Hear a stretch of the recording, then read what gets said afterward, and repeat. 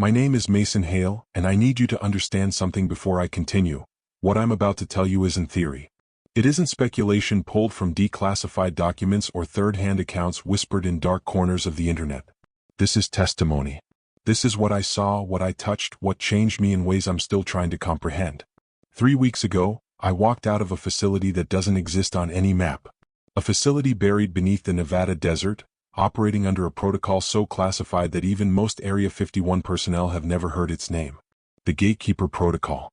I was part of a team assigned to study artifacts. Objects that defied every law of physics we thought we understood. Objects that weren't built by human hands. But the artifacts weren't the real problem. The problem was what they were keeping out. Or perhaps more accurately, what they were keeping in. I'm telling you this because someone needs to know. Because the silence around what's happening in those underground chambers isn't protecting national security. It's protecting something far older, far more dangerous than any government wants to admit. And because 3 days ago, I received a message on an encrypted channel I thought I'd destroyed. It was my own voice, but I never sent it. The message said, "They're not contained anymore, Mason. And they remember you." Let me take you back 6 months. Back to when I still believed in the compartmentalization of knowledge, the necessity of secrets, the idea that some things are better left unknown. I was recruited into the Gatekeeper Protocol in March 2024. My background is in quantum mechanics and dimensional field theory, specialized enough that only a handful of institutions worldwide were conducting research in my area. I'd published papers on theoretical models for extra-dimensional energy transference, mathematical frameworks that existed purely in the abstract. Or so I thought. The recruitment was subtle. A conference in Geneva. A conversation with a woman who knew details about my unpublished research that should have been impossible for her to access. 3 weeks later, I was signing non-disclosure agreements so extensive they included clauses about post-mortem information containment and cognitive quarantine procedures. I should have walked away then. But curiosity is a powerful thing. And when they told me they had physical objects that matched my theoretical models, objects recovered from sites spanning decades, objects that generated measurable dimensional distortions, I couldn't resist. Area 51 is real, of course, but it's also a distraction. The public fascination with Groom Lake, with the surface facilities and test aircraft programs, serves a purpose. It draws attention away from what lies beneath. 700 feet below the desert floor, accessed through a network of tunnels that branch off from the main complex, exists a series of research chambers designated only by alphanumeric codes. I was assigned to Chamber Theta 9. The Gatekeeper Protocol was established in 1987, though the artifacts it was designed to study had been in government possession far longer. Some dated back to the Roswell incident. Others had been recovered from archaeological sites, buried so deep and in geological strata so old that their presence made no chronological sense. A few had simply appeared, manifesting in locations with no explanation, as if reality had momentarily glitched and deposited them into our world.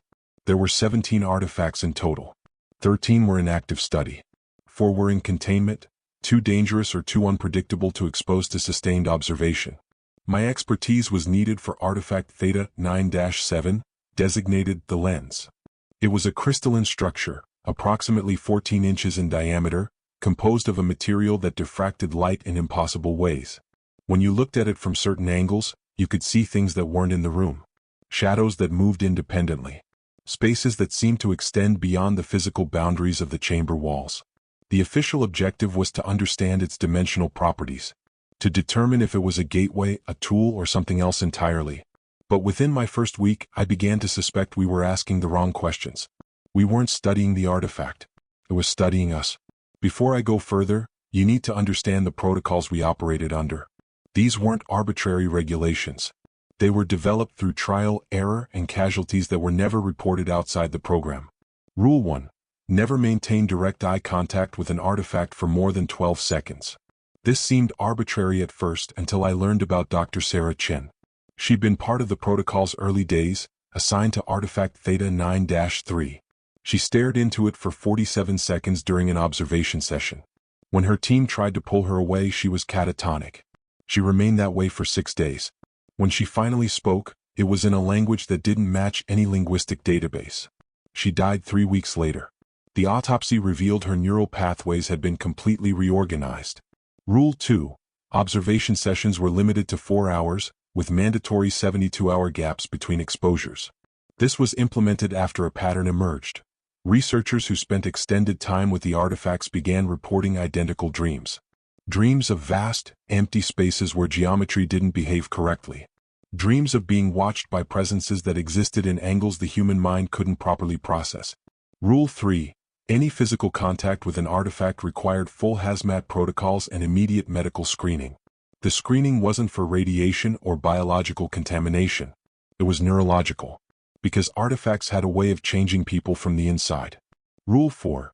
If you experienced dimensional perception events, seeing spaces or entities that other personnel couldn't confirm, you were to report it immediately and submit to quarantine. This happened more often than the official reports indicated. I would later learn that over 60% of gatekeeper personnel experienced these events within their first year of assignment. And the final, unwritten rule that everyone understood but no one spoke aloud. If you learned too much, if you saw too clearly, if the artifacts began responding to you specifically, you didn't leave the program. Not in any conventional sense. There were rumors about Sublevel 12. A deeper facility, where personnel who'd become compromised were kept. Studying, observing, transforming. Some said they were still doing valuable research. Others said they weren't entirely human anymore. I never wanted to find out which version was true. But circumstances don't always care what we want. My initial observation sessions with the lens were controlled, methodical. The artifact sat suspended in an electromagnetic containment field, rotating slowly, its surface rippling with colors that shouldn't exist, hues that fell outside the visible spectrum but were somehow perceptible anyway. Dr. Marcus Webb, the lead researcher, briefed me on established findings. The lens generated low-level dimensional distortions in a 3-meter radius. These distortions were measurable but inconsistent. They spiked and fell in patterns that suggested responsiveness rather than random fluctuation. It knows when we're watching, Dr. Webb told me during our first session. His tone was matter-of-fact, but his eyes told a different story. It adjusts. Sometimes it shows us more. Sometimes less. We haven't determined what triggers each response.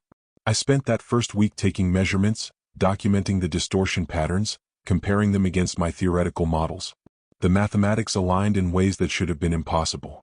The energy signatures the lens produced matched equations I developed for theoretical dimensional portals. Equations based on pure speculation, published as thought experiments. Seeing them manifested in physical reality was both exhilarating and deeply unsettling. But it was during my fourth observation session that things shifted. I was alone in the chamber, standard protocol for extended measurement sessions. The lens was rotating in its containment field, and I was monitoring the dimensional distortion readings on my equipment. Then for just a moment the distortion spiked. Not drastically, just a 3% increase, well within normal variance. But in that moment I saw something. Through the lens, in the angles where light refracted wrong, I glimpsed a space. It wasn't the chamber. It was vast, empty, and wrong. The geometry didn't make sense. Walls that curved in directions that shouldn't exist, distances that seemed infinite and claustrophobic simultaneously. And in that space something moved. It wasn't a shape I could describe. It existed in my peripheral vision, in the corners of my perception where understanding breaks down. The moment I tried to focus on it directly, it was gone. But the impression remained, the absolute certainty that something had been watching me through the lens, and that it had noticed I could see it. I didn't report it. Not immediately. I told myself it was a hallucination, a trick of exhausted perception. But I knew better. I'd crossed the threshold. The artifact had shown me something and I couldn't unsee it. By week 3, the dimensional perception events were happening regularly. Not just with me, across multiple research teams. Dr. Webb called an internal briefing, restricted to senior gatekeeper personnel. We gathered in conference room 7 Alpha, a windowless space deep in the facility. 12 of us in total. Dr. Webb looked like he hadn't slept in days. "We're seeing correlation," he said, pulling up data on the secure screen. "All 17 artifacts are showing synchronized activity spikes. This has never happened before. The distortion patterns are aligning across different chamber locations, different artifact types." The graph he displayed showed clear synchronization, energy peaks occurring simultaneously across facilities separated by hundreds of meters of reinforced concrete and electromagnetic shielding. "What's causing it?" Dr. Yuki Tanaka asked. She was assigned to artifact Theta 9-11, something they called the mirror, that reflected spaces that didn't exist. "We don't know," Dr. Webb admitted. "But we're also seeing increased dimensional perception events among personnel. 73% of active researchers have reported incidents in the past 10 days. That's up from the baseline 40%. He paused, and I could see the weight of what he was about to say settling over him. There's another pattern. Personnel who've had multiple perception events are beginning to report communication. The room went silent. Define communication, someone said. Impressions, feelings. Some describe it as intuition, knowing things about the artifacts they shouldn't know. Others report auditory phenomena, voices but not voices, information arriving directly into consciousness without sensory input. I felt my stomach tighten, because I knew exactly what he was describing. 3 days earlier, while observing the lens, I'd known, with absolute certainty, that it was a gateway. Not a passive window but an active threshold. And more than that, I'd known that something on the other side was trying to reach through. I hadn't heard this information. I'd simply known it as if the knowledge had always been there, waiting for me to notice it. Is this dangerous? Dr. Tanaka asked. Dr. Webb's expression darkened. We don't have enough data to determine that. But historically, personnel who experience advanced stages of perception events. He trailed off. They go to sub-level 12, I said quietly. He didn't deny it. It happened during a routine observation session. I was in chamber Theta 9 with the lens taking standard measurements. Dr. Webb was monitoring from the control room. Everything was proceeding normally. Then the lens stopped rotating. It simply halted mid-spin, hanging motionless in the containment field. All my instruments flatlined simultaneously, not showing zero readings, but complete absence of data, as if the artifact had suddenly ceased to exist on any measurable spectrum. Webb, I'm getting anomalous readings, I said into my comm unit. The lens just... That's when it happened. The lens began to glow. Not with light exactly, it was more like reality around it was becoming thin, transparent, as if I could see through the fabric of space itself. And beyond that transparency was the space I'd glimpsed before. The vast, wrong geometry. The impossible angles. But now it wasn't just a glimpse. It was fully visible. And I wasn't alone in seeing it. Through the observation window, I saw Dr. Webb stumble backward in the control room, his face pale. He could see it too. Whatever barrier had kept this hidden, whatever filter had protected us from full perception, it was gone. The space beyond the lens was populated, filled with presences that existed in dimensions my eyes weren't designed to process. I could see them, but seeing them hurt. My mind kept trying to reconcile what I was perceiving with familiar patterns, and failing catastrophically. They were vast. They were close. They were aware. And one of them was looking directly at me. I can't describe what that felt like. The closest I can come is this.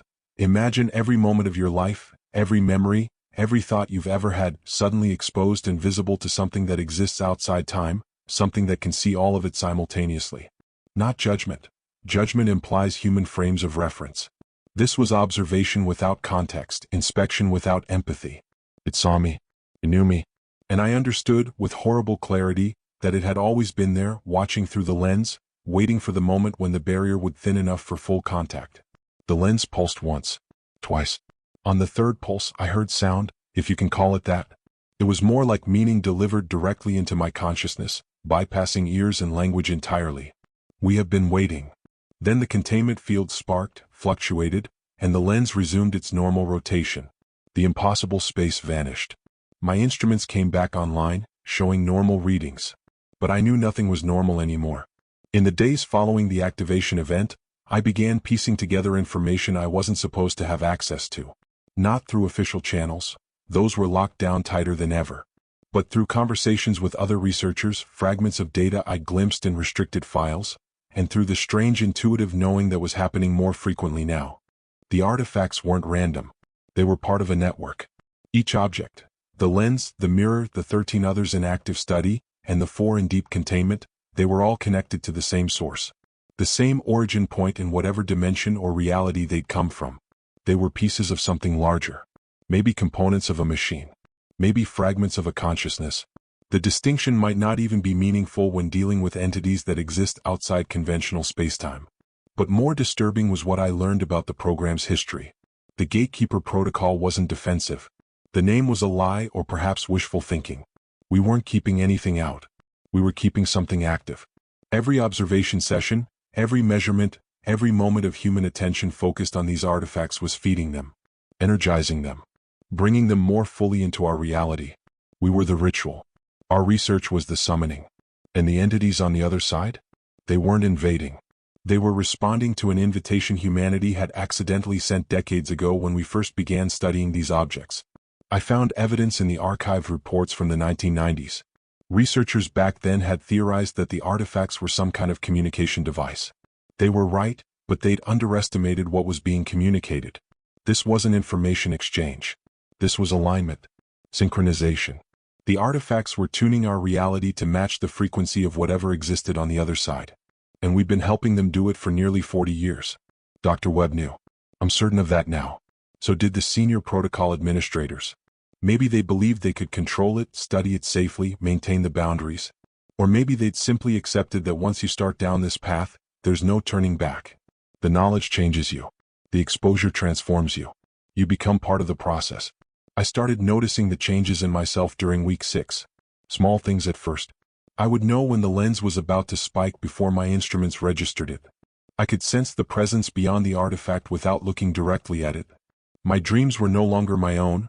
They were filled with vast spaces and geometric impossibilities and the constant sensation of being observed. But the most disturbing change was this: I was starting to understand them.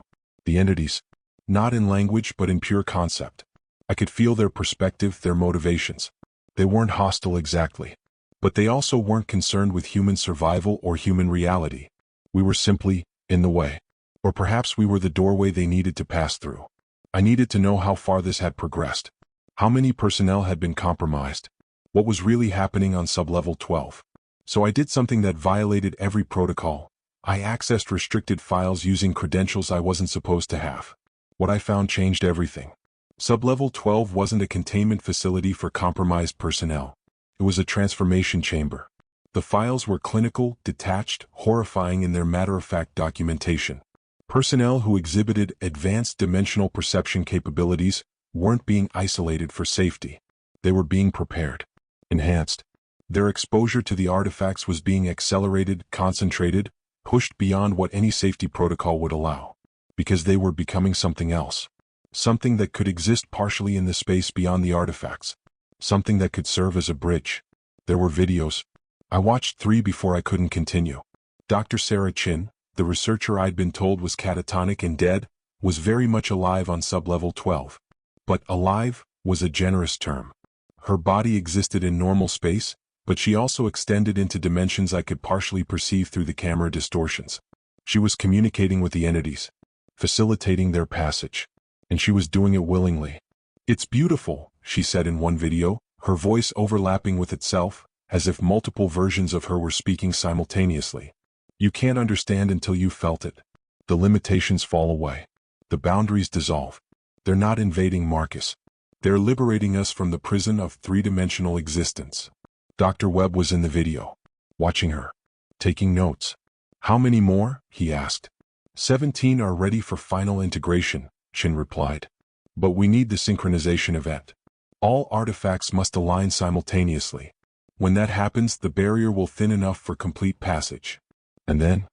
Chin smiled, a horrible expression because part of it existed in angles my mind couldn't fully process. "Then everything changes. Reality restructures. They arrive and we transcend." The video ended. I sat in the dark file room trying to process what I'd learned. This wasn't a research program that had spiraled out of control. This was intentional. Planned. The Gatekeeper Protocol existed to facilitate this process, to prepare both the artifacts and the personnel for the moment of alignment. And I'd been selected because my research, my theoretical models, had marked me as someone whose mind was already oriented toward dimensional thinking. Someone who could be transformed. I had to stop this. Had to find a way to shut down the artifacts, to sever the connection before the synchronization event occurred. But as I stood to leave the file room, I felt it. The presence. The entity that had looked at me through the lens. It was here. Not physically, it couldn't be, not yet. But its attention was focused on this room, on me, with intensity that made reality feel thin and fragile. And I heard, felt, its communication again. "You understand now. You have been prepared. The alignment is inevitable. Your resistance will dissolve. You will see." The lights in the file room flickered. Shadows moved wrong, extending in directions that violated geometry. For a moment, the walls weren't walls, They were membranes, thin and transparent, and beyond them was that vast empty space filled with watching presences. I ran. I don't remember the details of getting out of the restricted section, back to the main facility levels. But I remember the certainty that crystallized as I ran. I couldn't stop this from inside the program. The protocol was compromised at every level. Webb, the administrators, maybe even base command, they were all committed to seeing this through. My only option was to leave, to escape, and to expose what was happening. But leaving the gatekeeper protocol wasn't like quitting a job. The secrecy agreements weren't just legal documents, they were enforced through monitoring, through psychological conditioning, through the knowledge that people who talked about the wrong things simply disappeared. I'd have to run. Really run. Disappear completely. I made it to the surface 3 hours later, using emergency protocols and personnel routes I'd memorized for exactly this scenario. By the time base security realized I was gone, I was already 20 miles into the Nevada desert, driving a civilian vehicle I'd arranged weeks earlier through channels that couldn't be traced back to me. I had no illusions about staying hidden long. But I didn't need long. Just enough time to get this information out. To tell someone what was happening beneath Area 51. The synchronization event was scheduled for 3 weeks from that day. I'd seen it in the restricted files. All 17 artifacts would be activated simultaneously. The dimensional barriers would collapse. And the entities would arrive. Unless someone stopped it first. That was 3 weeks ago. I'm recording this now because the timeline has run out. The synchronization event should be happening as I speak. And I need to document what I know, what I've experienced, in case what comes next makes testimony impossible. I got the information out. Leaked it to researchers, journalists, government oversight channels. Most ignored it. Some investigated and found nothing. The program is buried too deep, too compartmentalized. A few believed me, but belief without access to the facilities changes nothing. I failed. The event is proceeding. And I can feel it happening.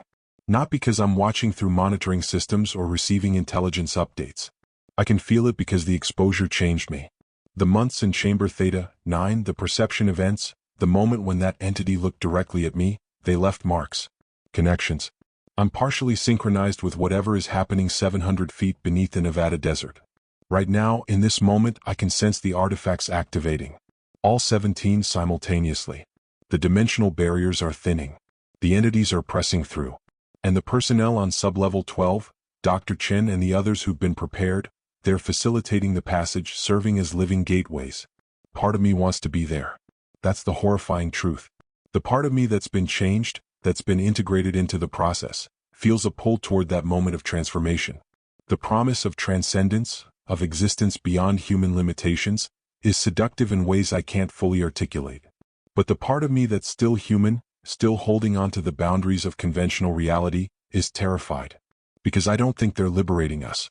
I think they're replacing us. The entities beyond the artifacts, they don't experience time like we do. They're not invading our present moment.